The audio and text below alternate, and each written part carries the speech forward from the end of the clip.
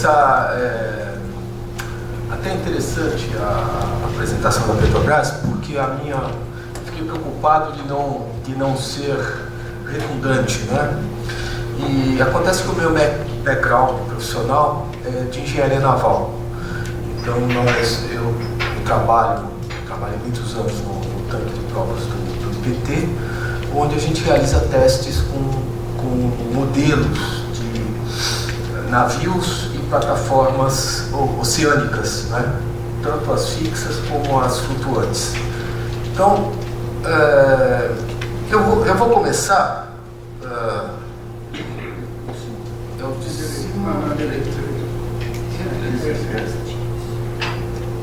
Ok, passou.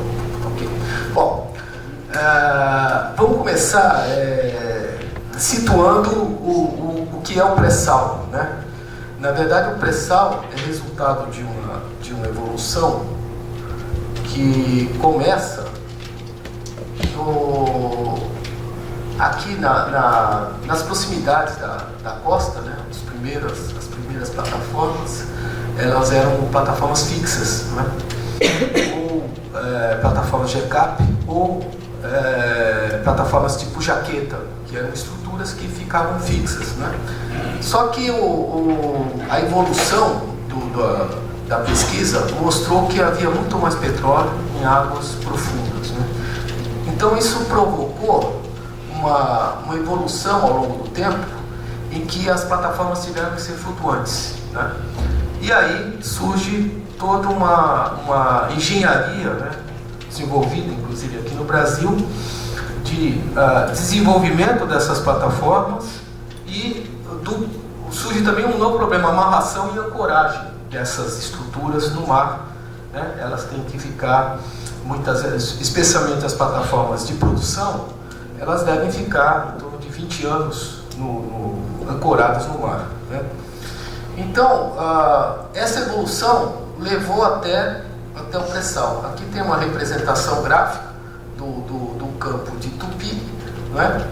E o que acontece no pré-sal é que foi preciso ultrapassar essa enorme camada de sal, que varia de 1.000 metros a 2.000 metros, né? Então, esse petróleo que foi pesquisado até então é um petróleo que se fala do pós-sal, né? São os depósitos de carbono que ocorreram após essa grande deposição de sal no oceano. Bom, a dificuldade tecnológica foi justamente atravessar essa camada de sal, né? Que o José Roberto já explicou muito bem qual é a dificuldade e quais foram as tecnologias que são utilizadas para isso, né? Existe uma outra característica do pré-sal, que é a distância da costa, né? Então, esse aqui é uma representação gráfica da bacia de Campos, né? Então, a gente vê aqui o campo de Tupi. Ele está localizado a 333 quilômetros de São Paulo e 290 quilômetros do Rio de Janeiro, né?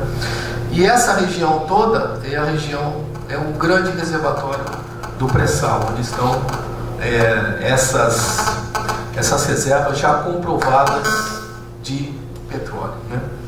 É um petróleo de altíssima qualidade, petróleo leve, que entretanto colocou um problema para a empresa também, né? Porque nós não tínhamos refinarias capazes de processar esse petróleo, portanto esse petróleo tem sido parcialmente exportado para ser processado no exterior, não é?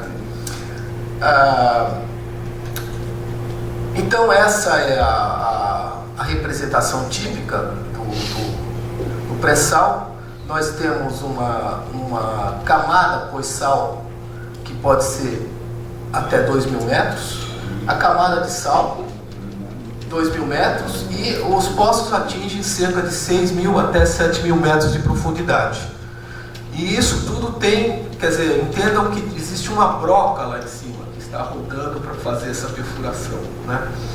Então, todo esse sistema é extremamente solicitado, né? E os materiais utilizados são materiais especiais, né, para tanto resistir aos esforços de torção, como para resistir à situação. Veja bem que aqui, em geral, nós temos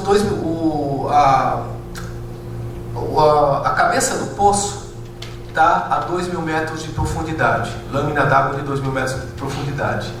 A pressão, então, é uma pressão de 200 atmosferas, né? Só para vocês terem uma ideia do que isso significa, o pneu do carro tem 2 atmosferas. Nós estamos falando de uma pressão 100 vezes maior que o pneu de um carro, tá? Então, algumas considerações aí, né? Em primeiro lugar, eu queria destacar que as operações no pré-sal, como um todo, elas são extremamente complexas e extremamente caras, né? Então, nós estamos falando de 2.000 metros, então é o que nós chamamos de águas ultraprofundas, né? Essa situação de águas ultraprofundas requer plataformas de maior porte, né? São essas plataformas que estão sendo construídas, né, atualmente, essas replicantes, né? A instalação é mais cara, né? Porque você tem o sistema de ancoragem tem que ser colocado por um outro navio, e são navios especiais também de aluguel bastante caro, né, que manipulam as âncoras e colocam na distância adequada, né? O sistema de ancoragem é complexo, né? Não daria para colocar uma amarra convencional a essa profundidade. Então, a empresa Petrobras, junto com seus fornecedores, desenvolveu sistemas de amarras que combinam amarras de aço com cabos de nylon. Quer dizer, só dá para ancorar nessa profundidade com cabos de nylon, né, de maneira eficiente, né? E os equipamentos, de uma maneira geral, eles ficam localizados no fundo, sujeitos a essa pressão. A diferença de temperatura é da ordem, nós estamos falando de 4 graus lá no fundo, né?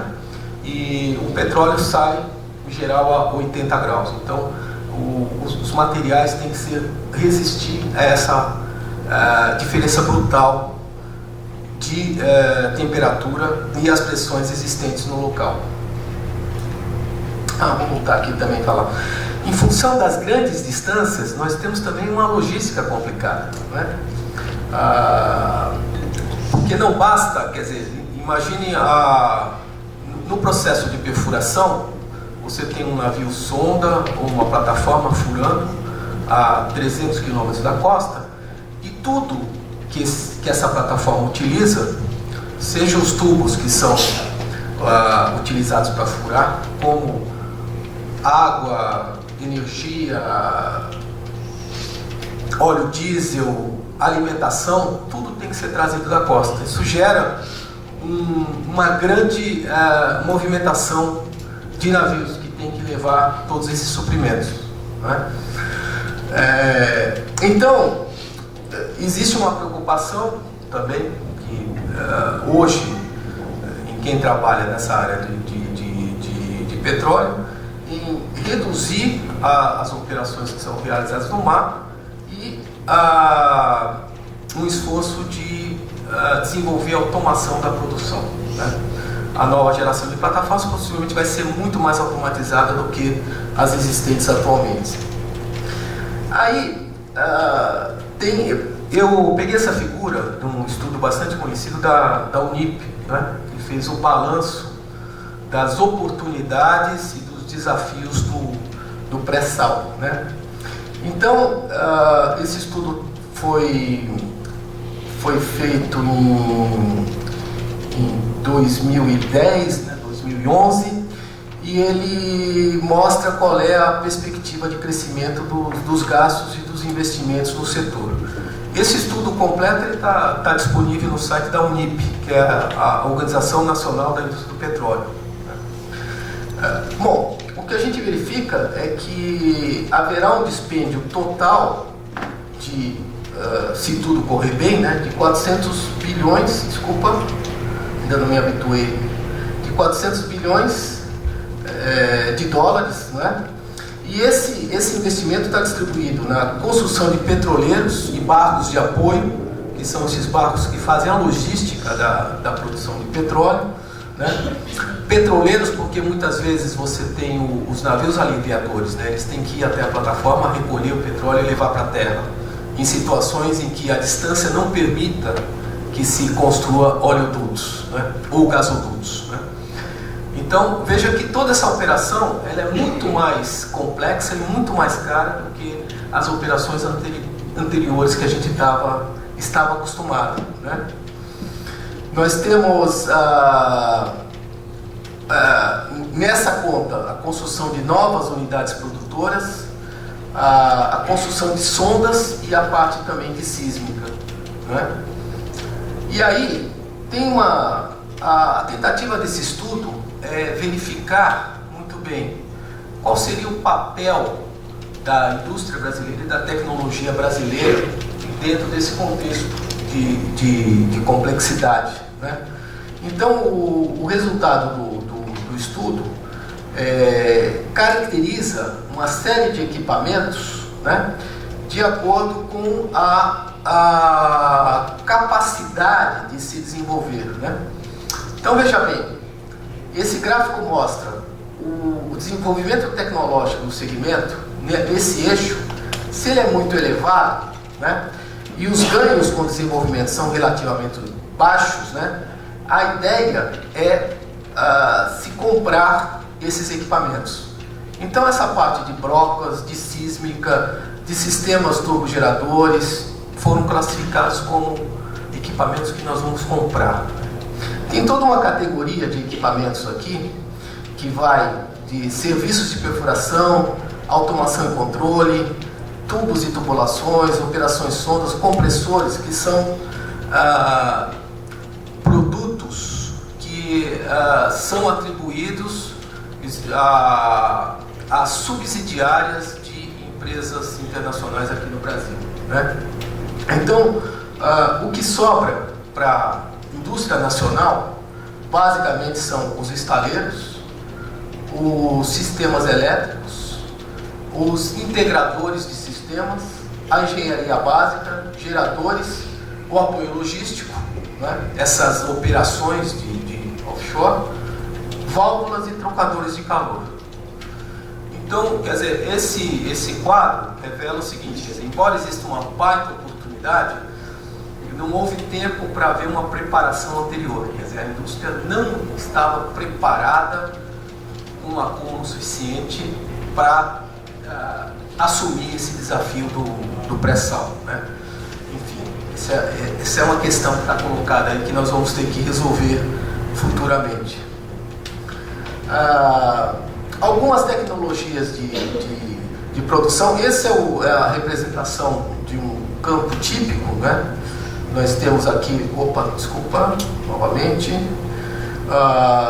um sistema flutuante interligado por raízes a um campo que se distribui em várias cabeças de poço, né? Vários equipamentos, né? Normalmente você coloca uma plataforma juntando vários poços e reunindo essa produção para destinar à terra. Então, nessas tecnologias nós temos desafios já comentados aqui pelo José Roberto, de perfuração, de novos equipamentos e instalações subsídio, né? Novas plataformas de produção, a questão do ancoragem e posicionamento, a questão da logística offshore e a questão dos sistemas de controle e monitoramento subsídio. A perfuração, né, eu acho que eu não vou nem entrar muito nesse aspecto, porque já foi bastante explicado aí pelo José Roberto. Quer dizer, ela se torna mais complexa, à medida que a gente avança para águas profundas, né? Envolve equipamentos mais sofisticados, envolve também um grande volume de insumos de perfuração, porque a distância que você tem que percorrer para perfurar é muito maior.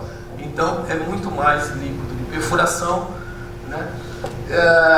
Temos também uma série de problemas de corrosão, né? Esse ambiente do sal é mais agressivo, né, aos materiais. Então ele já destacou também a questão dos materiais, é muito importante. E nós não temos a produção de superduplex também no Brasil. Então, do ponto de vista do... E a produção de aço inox, de uma maneira geral, é extremamente limitada aqui no Brasil também, né? Isso é uma questão histórica e que não foi... Essa questão da siderurgia não foi resolvida, né? Então, ficamos nessa situação. Interessante também notar que essa perfuração do sal, ela, na verdade, ela se iniciou com uma pesquisa do Álvaro Maia, do CEMPS, há 30 anos atrás. Ele começou a pesquisar esse tipo de rocha, os efeitos de fluência em rochas. Quer dizer, a rocha flui quando você começa a perfurar, e dependendo da pressão que você coloca na rocha, ela muda as suas características, né? E o sal tem exatamente essa característica, né? Então, durante 30 anos se pesquisou uma forma de furar essas rochas, inclusive o sal, e o laboratório de rochas do IPT deu uma contribuição justamente analisando, recebia essas amostras de sal, verificava a matriz de fluência, devolvia, e ao longo do tempo foi possível chegar nesse. Mas eu destaco que levou 30 anos para se furar. Por isso que foi o primeiro pioneiro. Quer dizer, é um trabalho que a Petrobras está de parabéns, o Álvaro Maia está de parabéns, e toda a equipe que trabalhou, porque realmente foi a primeira vez que ele conseguiu perfurar. Agora, o nosso desafio é como tornar essa operação mais eficiente, e é o que vocês estão fazendo, né? Reduzindo o tempo de perfuração, otimizando, criando novas maneiras de se perfurar poços, né? Então, o campo para inovação nessa área é imenso, né? E ainda existem várias oportunidades de se desenvolver equipamentos novos para essa finalidade. Aqui, tipicamente, esses equipamentos, quer dizer, a gente tem que pensar que eles estarão no fundo do mar durante 20 anos, né? Nessas condições de pressão excessiva e diferenças de temperaturas muito grandes. Então, as condições são muito mais extremas e adversas do que a gente teve no passado, né? Esses risers também, existem alguns fabricantes de risers no mundo, e ainda não se encontrou um riser que seja o riser ideal, ou seja, suficientemente flexível, né, e suficientemente capaz de resistir a todas essas pressões, esses movimentos, né? Enfim, a gente está lidando com uma substância, né, que é o petróleo, que é extremamente perigosa, extremamente explosiva, né? A probabilidade de ter incêndio e explosão desse tipo de poço é muito grande, né? Acho que todos viram o acidente ocorrido no Golfo do México, o resultado desastroso que foi uma explosão num poço desse tipo, né? Então, esses equipamentos, eles têm que ser extremamente confiáveis, né? Quer dizer, todas as possibilidades de falha têm que ser testadas, né? Então, por isso são equipamentos muito caros, né? Porque, além do processo de desenvolvimento, da dificuldade de se reunir os materiais necessários, há o desenvolvimento tecnológico e também toda a questão da inspeção, né, a que esses equipamentos estão sujeitos. E após o evento do Golfo do México, essa normalização se tornou ainda mais estreita, né? Aqui nós temos uma cabeça de poço fabricada pela GE, que é tipicamente a válvula que se coloca na saída, lá embaixo na saída de um poço de petróleo. Aí tem a questão de ancoragem e posicionamento.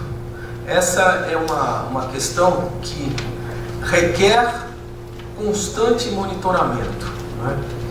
O que acontece? Essas amarras muito compridas, elas estão sujeitas a diversos todo o movimento, quer dizer, o mar está permanentemente excitando a plataforma, mudando de posição e tal. Então,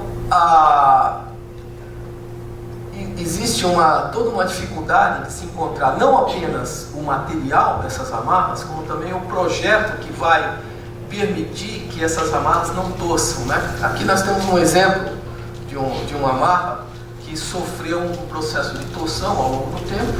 Então o resultado é esse, a amarra esgaça, e aí você tem que trocar, e aí o custo é altíssimo, né?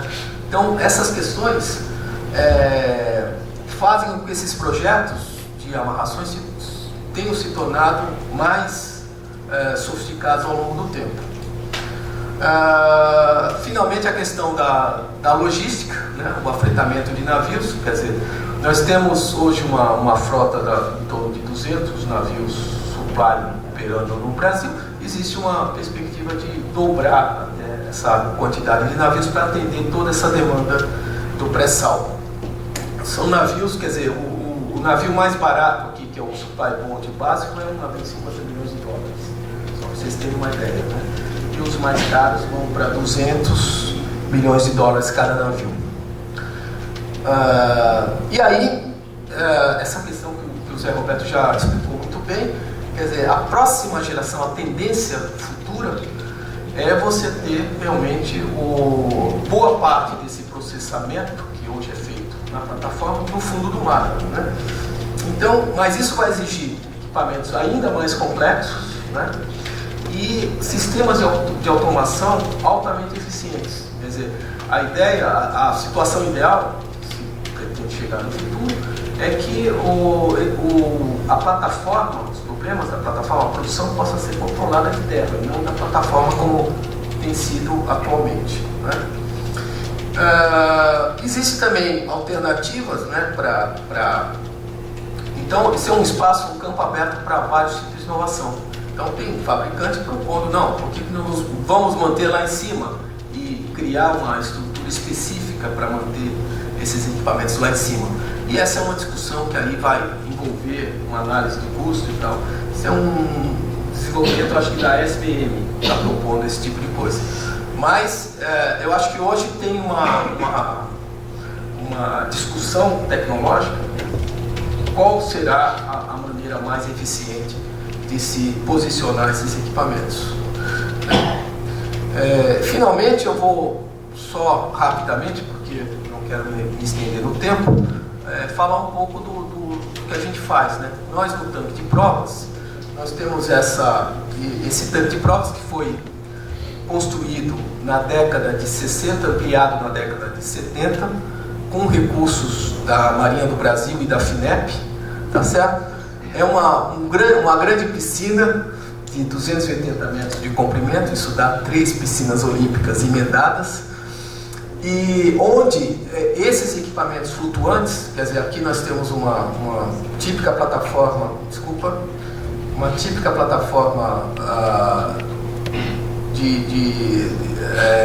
de coluna, né? E também temos feito, esse ensaio aqui é um ensaio muito recente, é um ensaio de offloading, quer dizer, é um ensaio, são navios, é um FPSO gaseiro aliviando, né, o gás para um outro. Isso é um desenvolvimento também, está na fronteira do desenvolvimento, quer dizer, espera-se no futuro ter uma unidade de processamento, de liquefação de gás flutuante, e com isso você consegue melhorar essa logística, quer dizer, em vez de levar o gás para a terra, você liquefaz, e com isso você faria uma distribuição. Esse navio já pode não apenas atender o Brasil, mas pode exportar diretamente esse gás, né? Mas isso requer uma série de cuidados, né? Como vai ser, quais são os esforços, né? Tipicamente, quando a gente faz um ensaio desse tipo, a gente está preocupado em saber quais são os esforços que uma embarcação impõe sobre a outra, né? E de que maneira, porque tudo isso ocorre em ondas e muitas vezes em correntezas também. E as correntezas na região do pré-sal são correntezas significativas também, né?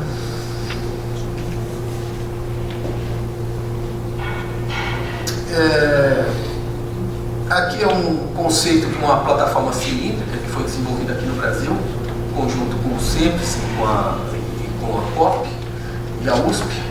É um conceito novo de plataforma, tem algumas vantagens, mas está aqui mais para mostrar que nós também testamos sistemas novos e todos esses sistemas que são flutuantes, estão sujeitos à movimentação no mar, têm que ser testados num tanque de provas, né? E aqui é uma check-up, quer dizer, muitas vezes existe uma pequena alteração dentro da plataforma, a plataforma já existente quer se ampliar, se alterar, enfim, e aí isso muda a dinâmica do veículo flutuante, e com isso a gente tem que verificar se esses esforços e acelerações estão dentro de um padrão aceitável aí pelas normas de segurança. Então, é basicamente isso. Agradeço a atenção de vocês e deixo aí a palavra ao Nassif. Bom, queria agradecer. Obrigado.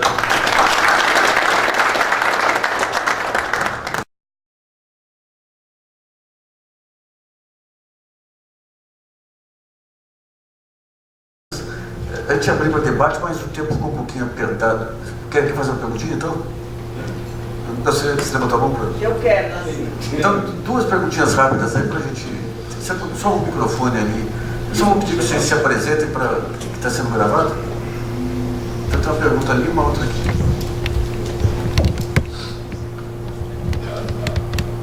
Bom dia, Denise Ribeiro, jornalista. Primeiro eu queria dizer que a Petrobras é uma empresa que dá muito orgulho para a gente, né? De saber que estamos nesse nível de sofisticação tão avançado. E aí eu me pergunto, né? São tantos laboratórios, né? Será que a Petrobras tem condição de ter um laboratório de tecnologias sociais, por exemplo? Eu passei um ano agora colaborando na implantação da Enseada Indústria Naval, que constrói navios-sondas para a Petrobras. Eu fui lá como consultor em comunicação social e vi qual o impacto que esse tipo de intervenção traz. Conheci uma área lá que o estaleiro Enseada Paraguaçu, que agora se chama Enseada Indústria Naval, que é uma joint venture com a Odebrecht, Kawasaki, né, arrendou que a Petrobras deixou lá em São Roque, nessa área do Recôncavo Baiano. É uma área muito rica do ponto de vista da diversidade cultural, é uma área de quilombo, é uma área de marisqueiras, de pescadores artesanais. E eu acho bacana, né, você investir na tecnologia, né, então são tantas simulações e modelagens e estudos de cenários sobre diferentes condições. Quando o cara para a obra lá no estaleiro, se perde R$700 mil por dia, né? Se você considerar até $1 milhão por dia para consumir poço de petróleo, guardadas as devidas, né? Então eu queria saber se chegará um dia em que teremos essa preocupação de ter um laboratório de tecnologias sociais, de poder atender esse lado socioambiental, que sem isso o Brasil também não avança. Obrigada. Acho hiper relevante. A Petrobras em certas áreas é extremamente ágil, em outras talvez nem tanto, mas recentemente, alguns anos atrás, nós criamos dentro da Petrobras uma gerência executiva de responsabilidade social, que já foi uma grande novidade. E eu acho que a gente vai chegar lá. Acho que essa gerência executiva de responsabilidade social tem o seu papel e é uma área que é sensível às pressões sociais e, sem dúvida, pressão da opinião pública. E quando isso for relevante para o negócio da companhia, evidentemente que isso vai entrar via CEMPES também. Hoje já temos uma gerência executiva preocupada com isso, ainda não temos na área de desenvolvimento tecnológico e de inovação estruturado dentro do CEMPES. Mas, como eu disse, o sistema tecnológico da Petrobras, pergunta errada, a resposta nem tanto. A gente começou, quando o CEMPES foi criado, o objetivo era só refino. A gente só estudava refino, porque a gente estava trazendo as refinarias para cá, e a gente só viu a parte de exploração e produção depois da década de 70, quando eu descobri uma bacia de Campos. Aí a exploração e produção começou a ganhar corpo, e aí sim foram criadas áreas de exploração e produção. Estudos em carbonatos só depois que surgiu pressão. Então, eu acho que a gente vai reagindo à medida das necessidades. O centro de pesquisa vai se estruturando e vai mudando as suas atividades de acordo com as necessidades. Hoje a companhia tem uma área de responsabilidade social e ainda não a companhia não nos procurou para desenvolvimento de inovações nessa área. Mas certamente isso virá com a mudança da sociedade, com a evolução da sociedade. Eu acredito que isso no futuro vai ter, sim. O meu nome é Jorge Romano, sou da Universidade Federal do BC. Quero agradecer, foi muito interessante a oportunidade. A questão é a seguinte: foi falado que a indústria não está preparada. Não se preparou, claro, por motivos óbvios. Agora, a questão: isso é um problema ou uma oportunidade? Aí entra a questão da política industrial, a questão de condicionar o ritmo da exploração a capacidade a desenvolver a capacidade produtiva tecnológica. Além de produzir pré-sal, a ideia é aproveitar para desenvolver, através de uma política industrial tecnológica, capacitar todas as cadeias tecnológicas industriais que podem também estar atuando em outros segmentos da indústria. Então, a pergunta é viável isso? Condicionar o ritmo da exploração à criação dessa capacidade nacional? Porque todos os exemplos que o José Roberto deu foram todas empresas de fora. Lá, todas coisas interessantes eram empresas de fora. Então, qual é o esforço da Petrobras a ajudar na capacitação tecnológica desses fornecedores locais? Veja, estaleiro não se confunde com nave-pesas. E o interesse das empresas de exploração e produção não se confunde com os do estaleiro necessariamente e com a nave-pesca. Fazendo um exemplo de quem está aí à mesa, do ponto de vista de quem toca o bandolim, tá certo? Interessa ter um bom instrumento para se exibir. Do ponto de vista do fabricante, do luthier, interessa que o bandolim dele seja o da execução.